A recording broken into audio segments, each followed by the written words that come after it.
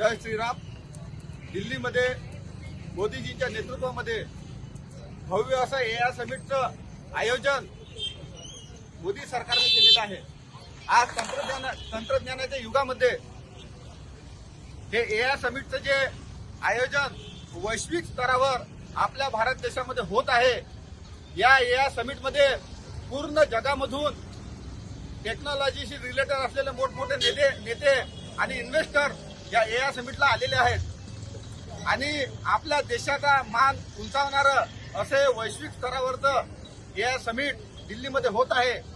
पण भारत देशाची वैश्विक स्तरावरची प्रगती काँग्रेस पार्टीला पाहावल्या गेली नाही आणि राहुल गांधीने देशविरोधी मानसिकतेवरून राहुल गांधीचे कार्यकर्ते, काँग्रेसचे कार्यकर्ते हे एआय समिटमध्ये घुसले आणि तिथे गोंधळ घातला। ही मानसिकता सरळ देशविरोधी मानसिकता आहे। मोदीजीच्या नेतृत्वामध्ये आज भारत देश वैश्विक स्तरावर आपला ठसा उमटवत आहे।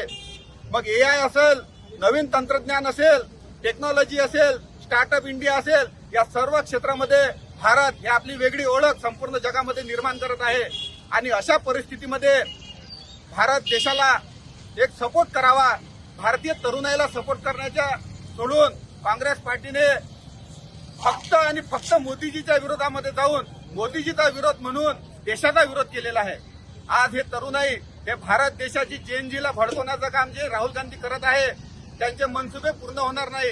कारण भारत देशाची जी जेएनजी आहे, आज एआय असेल, नवीन तंत्रज्ञान असेल, टेक्नॉलॉजी असेल, या क्षेत्रामध्ये भारत देशाला वैश्विक स्तरावर विश्वगुरू म्हणून प्रस्थापित करण्यासाठी आपलं योगदान देत आहे आणि पॉझिटिव्ह सकारात्मक काम करत आहे। मी भारतीय जनता युवा मोर्चा जिल्हाध्यक्ष आणि संपूर्ण युवा मोर्चाची टीम, आमचे भारतीय जनता पार्टीचे शहर अध्यक्ष, सर्व लोकप्रतिनिधी राहुल गांधीच्या आणि काँग्रेसच्या या देशविरोधी कृतीचा जाहीर निषेध करतो। आज आम्ही इथे राहुल गांधीचा प्रतिकात्मक पुतळा जळून याचा घोर निषेध केला आहे आणि याच्या पुढे जेव्हा राहुल गांधी आणि काँग्रेस देशविरोधी कारवाई करेल, तरुणांना भडकवण्याचं काम करेल आणि या भारत देशाच्या तरुणांच्या विकासाच्या विरोधात आडवे येण्याचं काम करेल, त्यावेळेस भारत देशाचा युवा रस्त्यावर उतरून त्यांचा विरोध करेल, असं मी त्यांना आवाहन करतो। जय हिंद, जय भारत।